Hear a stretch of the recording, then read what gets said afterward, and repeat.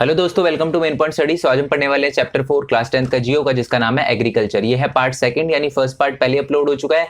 Link नीचे description में है, पहले वो जाकर देखना, तभी आपको चैप्टर अच्छे से क्लियर होगा। तो लास्ट पार्ट में हम एग्रीकल्चर देख चुके थे, इंपॉर्टेंस ऑफ एग्रीकल्चर देख चुके थे, type of farming, primitive, intensive, commercial farming और क्रॉपिंग पैटर्न। ठीक है, जिसमें हमने खारिफ, रबी और ज़ैद के बारे में देखा था। खारिफ को रेनी सीजन की क्रॉप भी कहा जाता है, रबी को विंटर क्रॉप भी कहा जाता है, और इन दोनों सीजन के बीच में यानी रेनी सीजन और विंटर सीजन, इन दोनों के बीच में जो क्रॉप उगाई जाती है उसको ज़ैद कहते हैं, समर क्रॉप भी कहते हैं। ठीक है, ओके। तो इस वाले पार्ट में हम पढ़ने वाले हैं मेजर क्रॉप्स के बारे में। तो देखो, जो क्रॉप होती है ना, वो यार दो टाइप की होती है। एक तो होती है फूड क्रॉप और एक होती है नॉन फूड क्रॉप। ओके, तो जो क्रॉप या जो फसल खाने के लिए उगाई जाती है ना, उसको हम फूड क्रॉप कहते हैं। ठीक है, जैसे कि वीट हो गया, राइस हो गया, मेज हो गया, शुगर केन, टी, कॉफी, ये खाने के लिए उगाई जाती है, इसलिए इनको फूड क्रॉप्स कहा जाता है। और एक होती है नॉन फूड क्रॉप, जो खाने के लिए नहीं उगाई जाती, जैसे आपका रबर हो गया, ठीक है, जूट हो गया और कॉटन हो गया। ये खाने के लिए नहीं उगाई जाती, तो ये आपकी नॉन फूड क्रॉप्स हो गई। ओके, तो अब हम बात करेंगे फूड क्रॉप्स के बारे में। तो जो फूड क्रॉप्स होती है ना, वो भी दो टाइप की होती है। एक तो होता है ग्रेन और एक होता है अदर देन ग्रेन। ठीक है, इसको आप अदर देन ग्रेन भी लिख सकते हो। मैंने प्लांटेशन इसलिए लिखा है, क्यों? क्योंकि जो अदर देन ग्रेन वाली क्रॉप्स होती है ना, वो बहुत बड़े लेवल पे उगाई जाती है, प्लांटेशन में उगाई जाती है, इसलिए मैंने प्लांटेशन लिखा है। ठीक है, अब ग्रेन क्या होते हैं? ठीक है, जिस क्रॉप में अनाज के दाने होते हैं। ठीक है, ठीक है, जैसे वीट दाने होते हैं, राइस में दाने होते हैं, मेज में दाने, मेज पता है ना आपको, कॉर्न, भुट्टा। ओके, पल्सेस हो गया, मिलेट्स हो गया, ये जो होती हैं ये ग्रेन क्रॉप्स होती हैं। Okay, and other than grain crops में क्या आता है? Sugar cane. अभी अनाज के दाने थोड़ा ना होते हैं शुगर केन गन्ने में, है ना।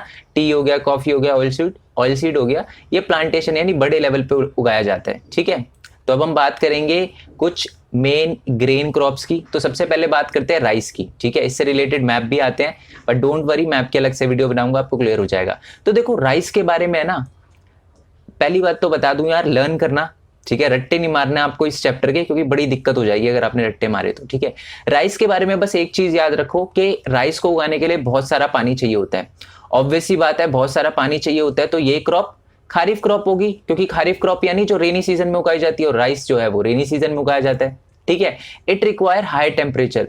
हाई टेम्परेचर चाहिए इसके लिए, अगर आपको राइस उगाना है तो 25 डिग्री सेल्सियस से तो ऊपर होना चाहिए टेम्परेचर। दूसरा, high humidity with the annual rainfall above 100 centimetre, यानी जिस एरिया में 100 सेंटीमीटर से ज्यादा बारिश आती हो, ठीक है, उस एरिया में राइस उगता है। ठीक है, जैसे कि आप बताओ, आप कौन कौन से एरिया में ज्यादा बारिश होती है? जैसे आप वेस्ट बंगाल की बात करो। ठीक है, मैं आपको बता दूं, लार्जेस्ट प्रोड्यूसर इंडिया में सबसे ज्यादा जो राइस उगाया जाता है ना, वो वेस्ट बंगाल में उगाया जाता है।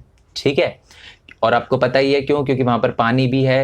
ठीक है, बारिश वगैरह बहुत ज्यादा आती है। अब तो बारिश की वजह से बहुत ज्यादा प्रॉब्लम भी होने लग गई है लोगों को वहां पर।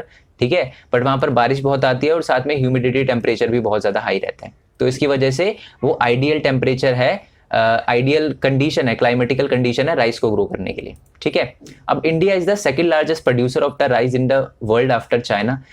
चाइना के बाद सबसे ज्यादा जो चावल उगाने वाली कंट्री है वो इंडिया ही है। ठीक है, तो चाइना की बात ना ही करे तो अच्छा है, वो तो पता नहीं क्या क्या उगाने में लगे हुए हैं। ओके, नेक्स्ट पॉइंट है, it is grown in the plain of north and north eastern India, coastal area and the area related to delta. ठीक है, यानी ये अगर हम राइस की बात करें ना, तो ये नॉर्थ इंडिया में उगता है।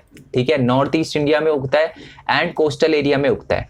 ठीक है, और जहां डेल्टा बनता है। अब ध्यान से सुनना मेरी बात। अब जब भी आप सुनते हो कि ज्यादातर लोग चावल कौन खाते हैं, वेस्ट बंगाल में लोग ज्यादा चावल खाते हैं। ठीक है, तमिलनाडु की साइड में ज्यादा लोग चावल खाते हैं, असम की साइड में लोग ज्यादा चावल खाते हैं, उड़ीसा में, ठीक है, और झारखंड में लोग ज्यादा चावल खाते हैं। ठीक है, तो उगता भी तो वहां पर चावल ज्यादा है। तो ये देखो, नॉर्थ वाले एरिया में बिहार वगैरह आ गया। ठीक है, नॉर्थ ईस्टर्न में असम वगैरह आ गया, कोस्टल एरिया जो आपका तमिलनाडु हो गया, डेल्टा वाला भी उड़ीसा वगैरह हो गया। तो इन एरिया में चावल बहुत उगाया जाता है। मैं आपको मैप में दिखाऊंगा, डोंट वरी।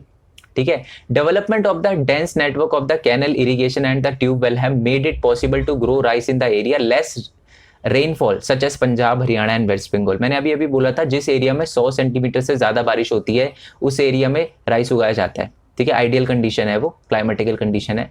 बट बहुत सारे इंडिया में ऐसे भी एरिया है, जैसे पंजाब हो गया, हरियाणा, वेस्ट यूपी, यहाँ पर 100 सेंटीमीटर से ज्यादा बारिश नहीं होती। ठीक है, मतलब 100 सेंटीमीटर से कम होती है, फिर भी यहाँ पर चावल उगते हैं। पता है क्यों? क्योंकि यहाँ पर इरिगेशन फैसिलिटी बहुत अच्छी है। यानी यहाँ पर क्या किया जाता है, पानी लगातार दिया जाता है, ठीक है, बारिश की जरूरत नहीं पड़ती, यहाँ पर इतनी अच्छी इरिगेशन फैसिलिटी है जिसकी वजह से यहाँ पर भी यानी पंजाब हरियाणा में भी राइस उग रहा है। ओके, और कहाँ कहाँ एरिया है, कौन कौन से एरिया में राइस बहुत ज़्यादा उगता है? उड़ीसा में, ठीक है, वेस्ट बंगाल में आपको बता चुका हूँ लार्जेस्ट प्रोड्यूसर है राइस का, एग्जाम में क्वेश्चन आता है इससे रिलेटेड एक। बिहार हो गया, तमिलनाडु हो गया, असम हो गया, ठीक है। It is the most important cereal crop. India में ज़्यादातर लोग आपको पता ही है चावल वगैरह खाते हैं, तो वो बहुत ही इंपॉर्टेंट सीरियल क्रॉप है, और साथ ही में वो एक स्टेपल क्रॉप भी है। स्टेपल क्रॉप का मतलब होता है, स्टेपल फूड होता है जो खाने में सबसे ज़्यादा मेन इंग्रेडिएंट हो। तो आपको पता ही है कि वेस्ट बंगाल में, बिहार में, झारखंड में, उड़ीसा में, तमिलनाडु में मेनली लोग चावल को ही प्रेफर करते हैं और चावल ही खाते हैं, ठीक है। अब मैं आपको मैप में दिखा देता हूँ एक बार। ओके, तो जैसे आप नोटिस कर पा रहे हो, देखो असम में, वेस्ट बंगाल में, बिहार में, उड़ीसा में, ये तमिलनाडु की कोस्ट लाइन में जहाँ पर डेल्टा वगैरह बनता है, इस एरिया में आइडियल कंडीशन है राइस को ग्रो करने की, और यहीं पर ज़्यादा प्रोडक्शन भी होता है। देखो, और ये माइनर एरिया भी है, यानी पंजाब हरियाणा वाला भी आता है। आपको बताइए क्यों आता है, मैंने अभी अभी बताया, क्योंकि यहाँ पर इरिगेशन फैसिलिटी अच्छी है, ठीक है। अब दोबारा नोट्स पे चलते हैं। नेक्स्ट बात करते हैं वीट की। तो वीट क्या है? एक रबी क्रॉप है। रबी क्रॉप यानी ये विंटर सीजन में उगाई जाती है, ठीक है। इसको उगाने के लिए क्या चाहिए होता है? जब उगने का टाइम होता है तब इसे कूल क्लाइमेट चाहिए होता है, बट जब रिपन यानी मेच्योरिटी का इसका टाइम आ जाता है, जब कटने का टाइम आ जाता है, तो इसे ब्राइट सनशाइन चाहिए होती है, ठीक है।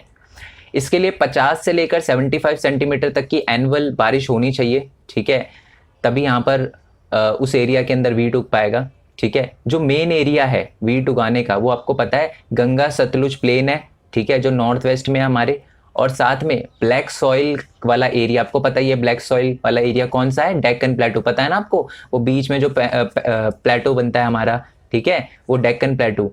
इन दोनों एरिया में यानी गंगा सतलुज प्लेन में और हमारे ब्लैक सॉइल वाले रीजन में जो डेक्कन प्लेटो का है, ये दो वीट ग्रोइंग जोन है इंडिया के, मेन वीट ग्रोइंग जोन है, ठीक है।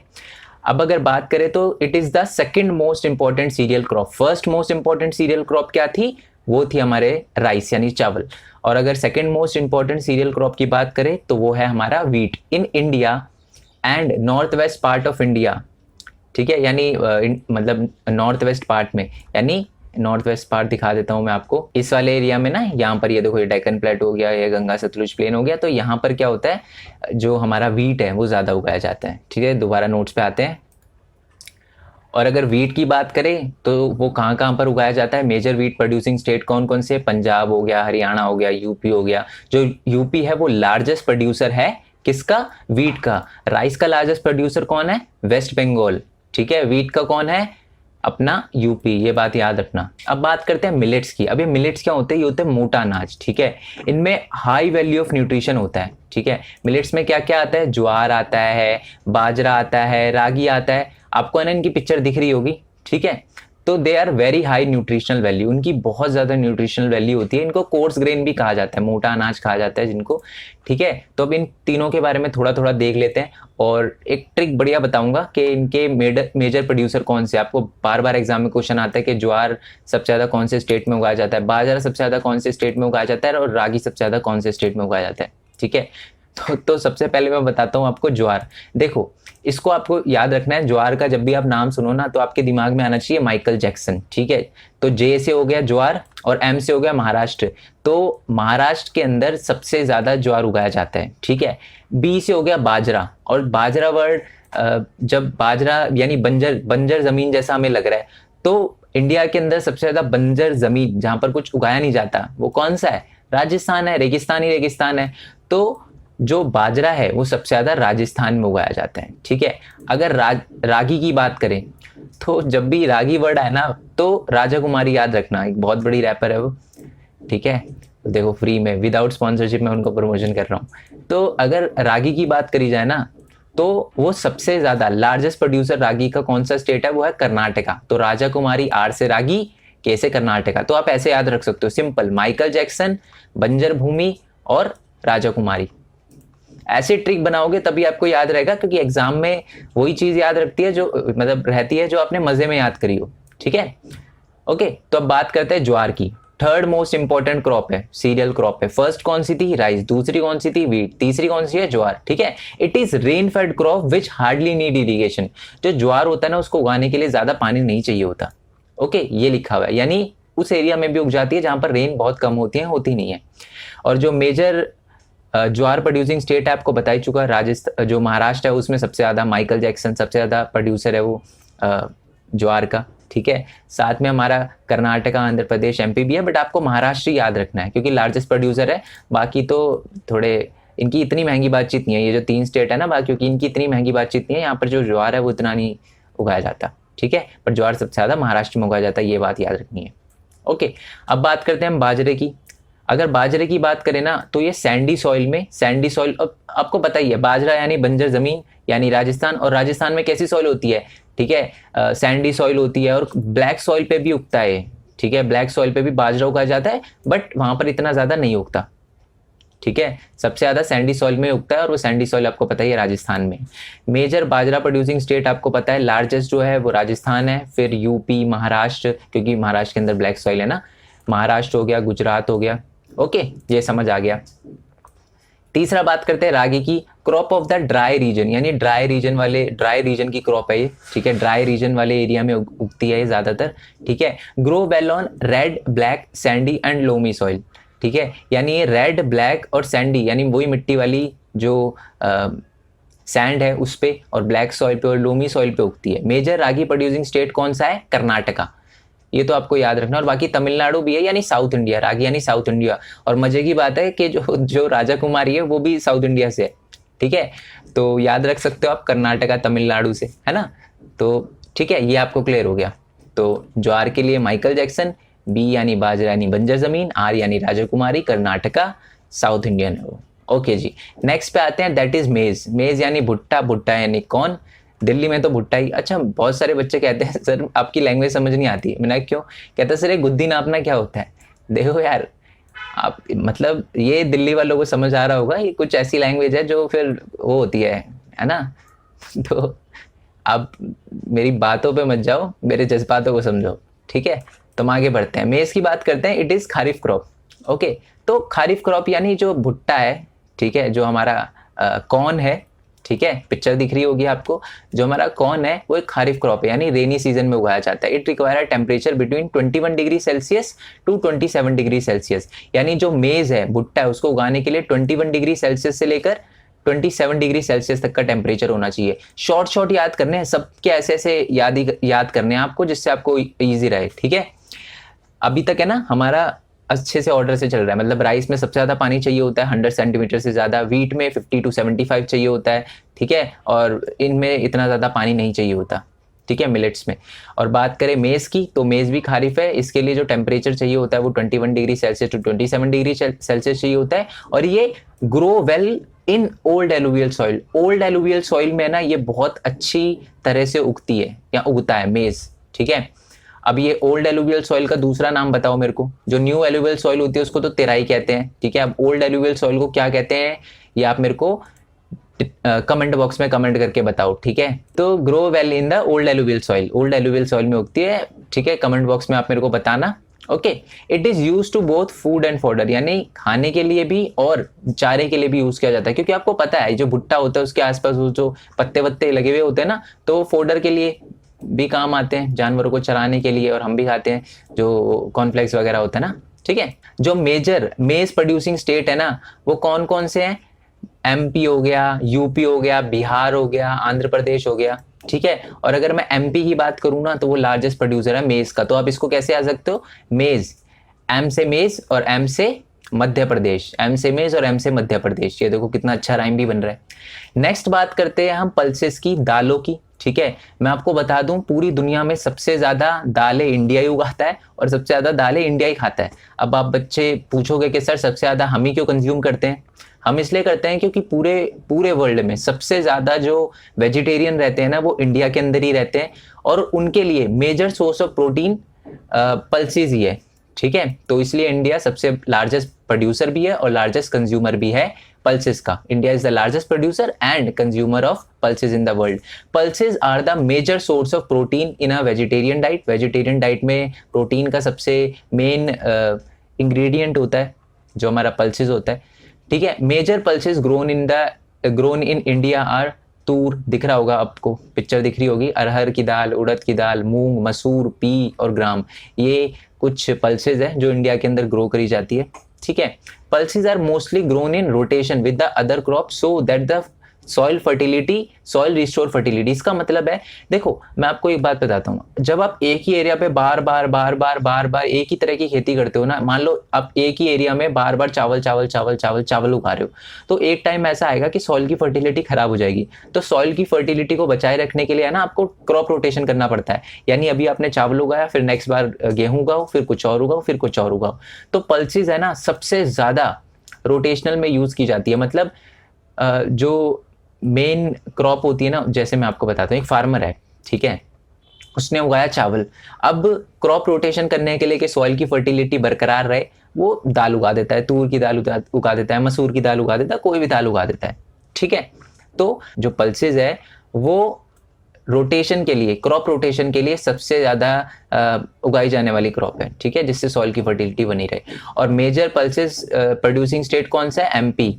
ठीक है, एमपी जो है वो लार्जेस्ट प्रोड्यूसर है किसका? पल्सेस का। और ये भी आपको याद ही हो जाएगा, पल्सेस यानी एमपी, तो पी से हो गया हमारा पल्सेस। ठीक है, राजस्थान, महाराष्ट्र, यूपी और कर्नाटका भी है, बट सबसे ज्यादा हमारी उगाई जाती है कहां पर?